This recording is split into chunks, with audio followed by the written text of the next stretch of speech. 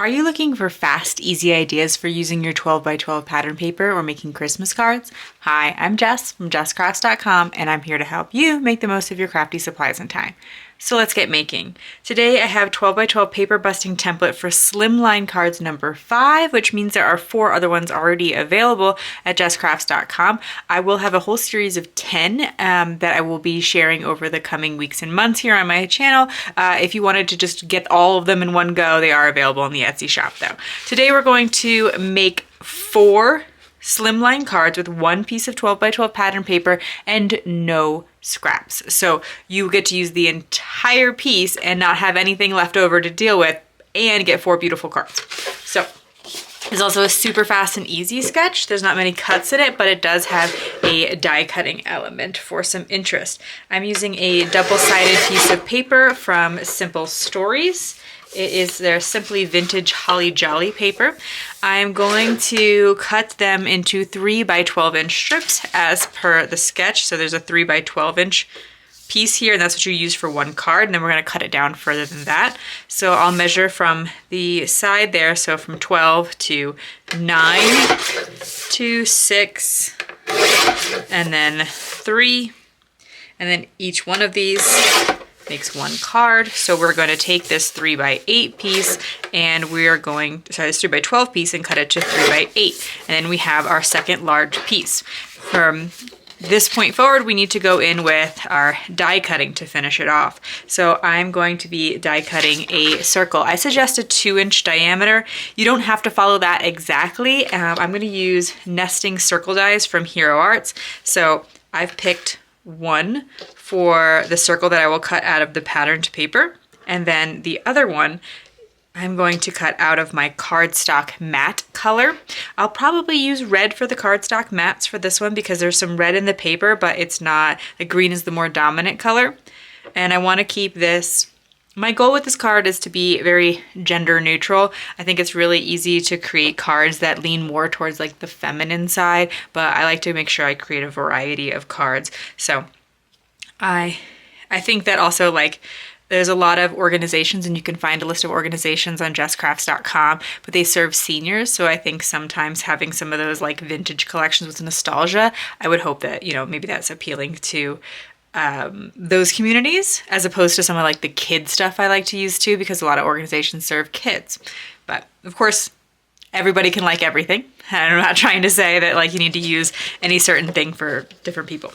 Anyway, I'm going to cut the smaller circle out of the green side of this pattern paper because that is the side I'm going to show in the final product. So like when the card is finished, it's going to have a green circle on top of the ornament paper. And where you cut this out matters because you're going to have to replace this piece to cover up the hole in the patterned paper. You are going to put a cardstock mat around it, so it'll give you a little bit of wiggle room. So if you don't line it up exactly in the center, that's fine, but in general you want it to be in the place it will be on the final card. I'm not going to continue to cut the patterned paper on the card because you're just going to follow the same steps. Cut that 3 by 8 to 3 by 4 and then the circle out of the center. You do that 3 more times to create the other 3 cards. I'll show you briefly how we're going to cut the cardstock mat. All of these measurements are here on the sketch, so it tells you, you know, it's a 3 by 8 piece of patterned paper with a 3 1/4 by 8 1/4 inch mat, so you can get those there. And this is going to be the first link in the video description for you to download. I like to cut it off the side that has 8.5 inches because then I can just trim off that 1/4 inch and I have the perfect size mat for these like larger slimline pieces. And then that second piece I need to be 3 1/4 by 4 1/4. So again, I'm going to cut it to 3 1/4 by 8.5. And then when I cut it to 4 1/4, this is the size that like I'm making 2. So 1 for one of my cards and 1 for the other card. And then it winds up being pretty efficient on patterned paper, on cardstock as well. So we can cut another 3 1/4. We need a big 8 1/4 inch piece, so we'll trim that off. So what's left when you're making the cardstock mats for 2 cards is these 2 little pieces that I have no problem just throwing out, you do you, and then this strip, which you could, you know, use to cut sentiments and the like. Okay, so however, you're thinking, well, we're missing that circle piece. That circle piece, I am either going to cut out of the center of this 3x4 piece, because again, it's going to be covered by all this patterned paper, or I'm going to cut it out of this larger piece here. I think that in this case, I will probably cut it out of the larger piece because I think it will be a little bit less like noticeable. If I cut it out of this mat and I do the layering on top, it might kind of like leave some lumps and bumps, where here this is going to be covered by another layer of cardstock. So I'm probably going to cut it out of this larger one. I think either one works, but that's why I'm not trying to use some extra cardstock to get this other mat that I need. Another thing you can do is when you have a large piece like this that you're going to cover up with a bunch of patterned paper, not only can you maybe get some of the mats for the other pieces of the particular card you're working on, just cutting some sentiments out of it before you glue it down. I, in this particular instance, am actually using a Hero Arts background, like this mat, sorry, this cardstock is Hero Arts. And normally I'll use like Park Lane or Michael so that it's not as expensive of cardstock, but I just go through a lot of red cardstock, and when I just like don't see large packs of the thick cardstock in red at those stores. Now you can usually get like the thinner 65-pound. I use 110-pound weight cardstock for all of my mats because I like 110-pound cardstock for die cutting. So I don't want to have like separate cardstock for mats and other cardstock for die cutting. It's just a little bit too much inventory for me. So that's my logic, but you can use 65-pound weight cardstock for your mats if that works better for you. Okay, so here I want to center this. I'm like a little concerned, like this seems that this piece is a little long sometimes. When you're cutting off the like branding strip, you want to make sure you really have a 12-inch paper at the end, or just be really careful with your measurements, because sometimes we can go a little fast and the measurements can get a bit wonky. So I have this cardstock mat, and then I think I've lost my circle somewhere, but I'm just going to add that on top of the piece, and that's the basic layout of the card. I repeat it 4 times. As you can see, there's a little bit of like an impression left by die cutting. I don't know, it's really subtle. So you could always fit your patterned paper circle right back into that area without a mat, but I like the look that the mat gives, and it covers up some of that like little bit of impression that die cutting leaves in patterned paper or cardstock. So then we'll add a little bit of adhesive to the back of this as well. Now, I'm going to do some embellishing next.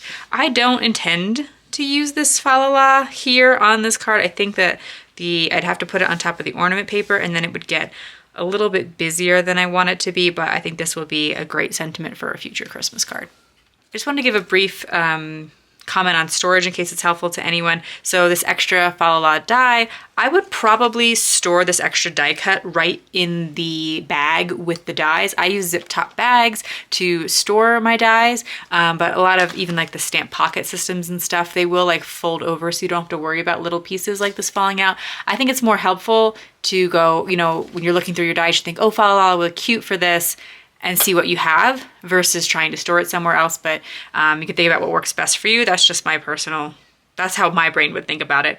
And I do sometimes also combine. So like this was, the fa la la die was a small die. And so rather than putting it in its own bag, sometimes I'll combine similar dies and things like that just to kind of streamline my storage a little bit. So today I actually wanted to color one of my stamps to embellish these cards. There's only 4 cards. I think sometimes I hesitate to color images when I'm making like 6 or 12 cards, or that sometimes my templates make, because, you know, I'll be combining single-sided paper, whatever it is. Sometimes I'm making many more cards in one sitting, but I really hadn't got a chance to use the, what's it called? Beachy Christmas set from Lawn Fawn. I picked this up kind of recently, not when it first released, and I thought they would be cute to kind of mix like this tropical Christmas with some traditional, but also like the vintage thing kind of made it feel like it worked for me. I'm not really sure why. I did try a green color scheme. I wanted to go with a light green because I thought, you know, that'd be different enough, but I thought that it the tone was different than I wanted it to be. So ultimately, I think I'm gonna go with this blue, pulling in the blue from the patterned paper. And I am gonna color these with Copic markers. I'll talk a little bit about that, do some parts of the coloring with you, but you can skip ahead if that's not your thing. I wanted to share just a few little tips that I like to keep in mind when I am coloring with my Copics. For one, when I'm coloring something that is white, like Santa's hat or his beard, I try not to just leave it white. You can do that if you prefer, but just to kind of add dimension, I usually take two very light gray markers. In this instance, I picked C1 and C00. I put a little C1 in the shadow areas, and then I blend it out a little bit with the C00, even leaving some areas white, like, you know, when I'm coloring here the center of his hat, I'm not even bringing the C0 all the way to the center. I am leaving that, the white of the cardstock, and so in a bigger area you can leave a little bit of that white, but I just find it adds a little bit of dimension rather than leaving the white areas flat, especially if you're adding dimension to some of the other areas. And the other things that I like to do is think when I am adding shadows, I like to think about drop shadows. So like where two things meet, like Santa's head and or his face and his hat, there might be a shadow there. Or where his sleeve meets his skin, I would add just that little bit of the darkest color. I like to color from dark to light. I think that it works well on small images. And I usually pick about 3 colors to blend with, even in relatively small spaces, just because I think that usually gives me enough depth. And you can adjust this to the alcohol markers you have. I do find that with Copic markers, the more times you go over an area with the color, the darker it gets, even if you're using a light color. One of the reasons I like to go dark to light is because I don't like to color my light areas over many times. I like to leave some of them just kind of like a single stroke, or as much of a single stroke as possible of the light color, so that I get as much contrast as possible from the 3 markers. And then I'm going to fussy cut out this Santa, and I'll share just a few small tips about that as well. When I fussy cut out an image, which sometimes I buy dies. I can use a scan and cut. I have my brother's scan and cut machine that I can use, or I can fussy cut them. And you could fussy cut with a white border or right on the black line. Lawn Fawn stamps tend to have thicker black lines, or I guess it's not thicker than anyone. I have noticed some stamps have thinner black lines and some have thicker black lines. I would say Lawn Fawn is on the thicker side. And so that allows you to fussy cut them a little bit more easily, because there's a little bit of forgiveness. If you cut off part of the black, you don't have to worry that you're cutting off all of the black, because there's a little bit of thickness to it. The other thing is I like to move my paper more than I move my scissor.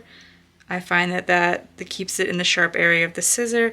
I like to, as I'm going, I will like cut off a chunk so I'm not dealing with as much extra paper. So when it kind of comes to a natural stopping point, I will cut that off.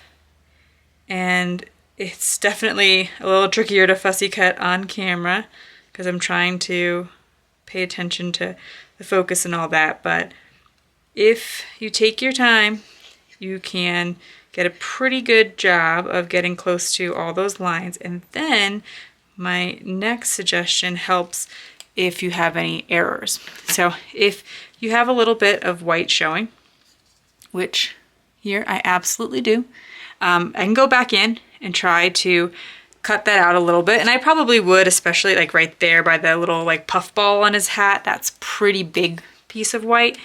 But in general, you can fix this all up by taking a brush tip black marker and sort of coloring in those edges. And then instead of looking like there's a problem with your cutting, maybe the line will just look a little bit thicker. That's fine, that's a lot less noticeable than the white spot. Next up, I have a little sentiment trick I like to do. So I decided that I wanted to die cut out some banners in the red cardstock. So when I had the big background paper and I was cutting out the red circle out of the cards, the big cardstock mat in the background, instead of cutting out the follow laws, I cut out a few of those, but I also cut out a few of these banners so that it would match perfectly and I would get these banners without cutting into additional cardstock, because I decided that I was going to use a banner for my sentiment. And I've stamped Have a Relaxing Holiday. This is from that same Lawn Fawn stamp set. I kind of wanted to say like Christmas because I have Santa, but it didn't quite fit. And I didn't want to make my sentiment banner any larger, since this is about the width of the card. So what I have done is I've taken like my favorite sentiment banner dies and I have cut them out of one piece of thick white cardstock. Then I took painter's tape and I put it sticky side up. So this is the sticky side that is facing out in my MISTI here, and then I can place the banner into that die cut negative area. The stickiness will hold it in place. This tape's been on here for a few years. I don't do a ton of this, but the tape will last a while. So if you take the time to make this, I think you'll get a good amount of use out of it, especially if you are really like to make sure your sentiments are straight, or you get a really good impression if you don't want to just like stamp from your stamp block. And in this case, because my cardstock is pretty dark, it's a pretty dark red, I want to make sure I get a really good stamping of this black sentiment so that it is readable. If I don't get a good impression, it might be a little bit harder to read. I think white would look great here, but I do not like white pigment ink. I know you can emboss it and do all kinds of stuff. It's just not for me personally. So I'm going to go with the black sentiment. And there is some black and the color in my patterned paper too, so I'm not too worried about that. And so then I can go in and stamp all of these without having to reposition my sentiment. And so once I've made sure one of them is straight, every other one is going to be straight, and I can save myself a little bit of hassle there. So now I can add this, and what I'm going to do is use some fake foam tape. Ordinarily, I would say take the leftover cardstock. So I had like these 2 strips left over from cutting the mats, and glue them together. This is, as I mentioned before, a little bit more of expensive cardstock. So I'm not going to use that cardstock scrap, but I have on other occasions had some extra cardstock and they've been relatively small pieces. So I decided to tape or glue them together and create what I call fake foam tape. So it can add some dimension like foam tape, but it's not actually made of foam, it's just made of cardstock scraps. It's one of my favorite things to do with cardstock scraps.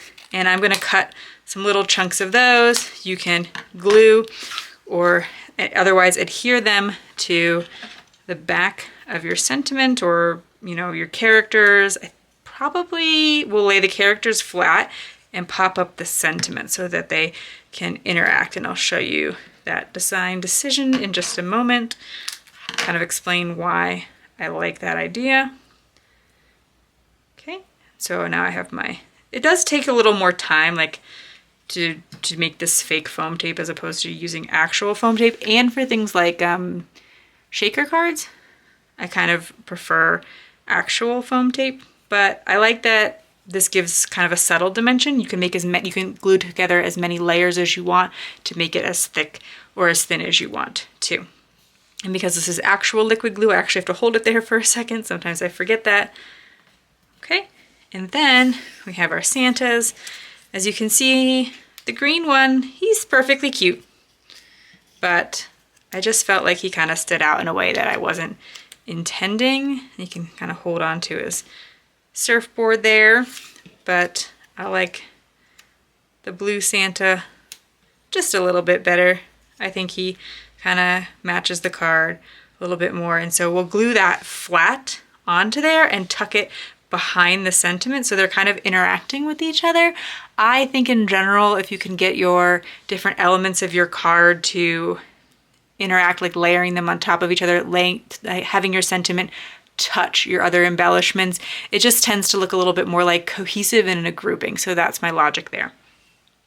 I was able to keep going with that process till I've created all 4 of the cards from one sheet of 12 by 12 patterned paper. If you found this video helpful, here's another video where you can find more ideas for enjoying your crafty time and supplies. If you like this video, please share with your crafty community, subscribe and click the bell so you don't miss the next template or tutorial, and check the video description for product links. See you in the next video.